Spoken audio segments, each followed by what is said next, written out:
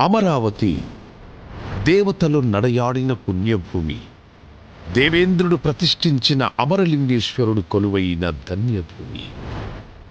దేవేరి కనకదుర్గమ్మ ఒకవైపు, పానకాల నృసింహుడు మరోవైపు, మధ్యలో ఉత్తర వాహిని రమణీయ కృష్ణమ్మ.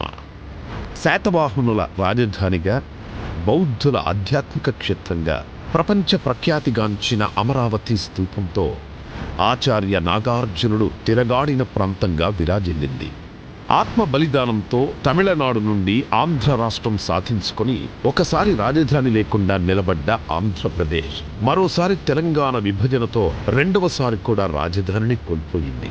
ఆంధ్రుల ఆకాంక్షలకు రూపమిస్తూ అన్ని ప్రాంతాలతో కనెక్టివిటీ కలిగిన ప్రాంతంగా కృష్ణానది తీరాన ఉన్న అమరావతిని ప్రజా రాజధానిగా నిర్ణయించారు. రాజధాని నిర్మాణం కోసం చేయాల్సిన మొదటి అడుగు భూసేకరణ. ముఖ్యమంత్రి గారి దూరదృష్టిపై నమ్మకంతో అమరావతికి చెందిన 29,000 మంది రైతులు స్వచ్ఛందంగా ముందుకు వచ్చి దేశంలోనే మొదటిసారి 34,000 ఎకరాల భూమిని రాజధాని నిర్మాణం కోసం అప్పగించారు. దేశవ్యాప్తంగా పవిత్ర ప్రాంతాల నుండి తీసుకొచ్చిన మట్టి, పుణ్య నదుల నుండి సేకరించిన నీటితో ప్రధానమంత్రి నరేంద్ర మోడీ గారి చేతుల మీదుగా ముఖ్యమంత్రి చంద్రబాబు గారి విజన్కు పునాది పడింది. అనతి కాలంలోనే సచివాలయం, హైకోర్టు భవనాల నిర్మాణంతో పాటు విఐటి, ఎస్ఆర్ఎం, అమృత, ఎయిమ్స్, ఎన్ఐడి వంటి ప్రతిష్టాత్మక సంస్థలు కొలువుదీరాయి. ప్రతిష్టాత్మకంగా తలపెట్టిన ప్రభుత్వ భవనాల నిర్మాణం మొదలుపెట్టే సమయానికి 2019లో ప్రభుత్వం మారడంతో అమరావతి భవిష్యత్తుపై చీకట్లు కమ్ముకున్నాయి.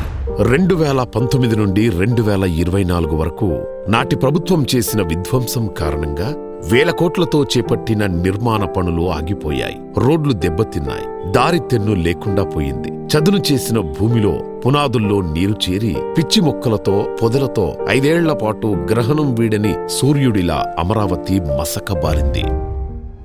3 రాజధానుల ఆటలో రాష్ట్రానికి రాజధాని అనేదే లేక భవిష్యత్తు అంధకారమైంది.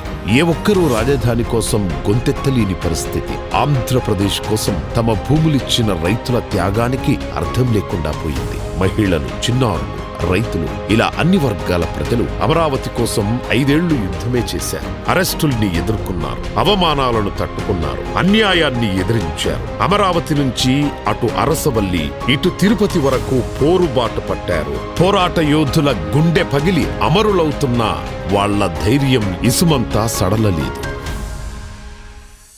2024 రాష్ట్ర ప్రజల దీవెనలతో ఎన్డీఏ అఖండ విజయం సాధించి అధికారంలోకి రావడంతో చీకట్లను చీల్చుకుంటూ వచ్చిన సూర్యుడిలా అమరావతి తన పేరు సార్థకం చేసుకుంటూ పునరుజ్జీవం పొందింది.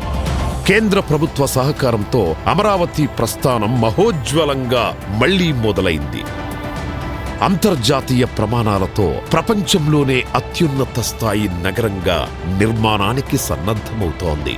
బ్లూ, గ్రీన్ కాన్సెప్టుతో 3వ వంతు పచ్చదనంతో పర్యావరణానికి అనుకూలంగా కాలుష్యరహితంగా నిర్మితమవుతున్న ఏకైక నగరం అమరావతి. బయోడైవర్సిటీతో కూడిన అద్భుతమైన విశాలమైన పార్కులు, district cooling system, piped gas, storm water, cable connectivity లాంటి సకల సౌకర్యాలు భూగర్భ వ్యవస్థ ద్వారా నివాసాలకు అందనుంది. సైకిల్ ట్రాక్ నుంచి విశాలమైన గ్రిడ్ రహదారులతో నగరమంతా రాజటీవీతో నిర్మితమవుతోంది. నేచురల్ వెంటిలేషన్తో legislature, high court, landmark institutions తో భవిష్యత్ తరాలకు భూమిలో స్వర్గంలా విలసిల్లనుంది. ఒక స్మార్ట్ సిటీగా, భావి క్వాంటమ్ వ్యాలీగా ఈ నవనగరం ఆవిష్కృతమవుతుంది.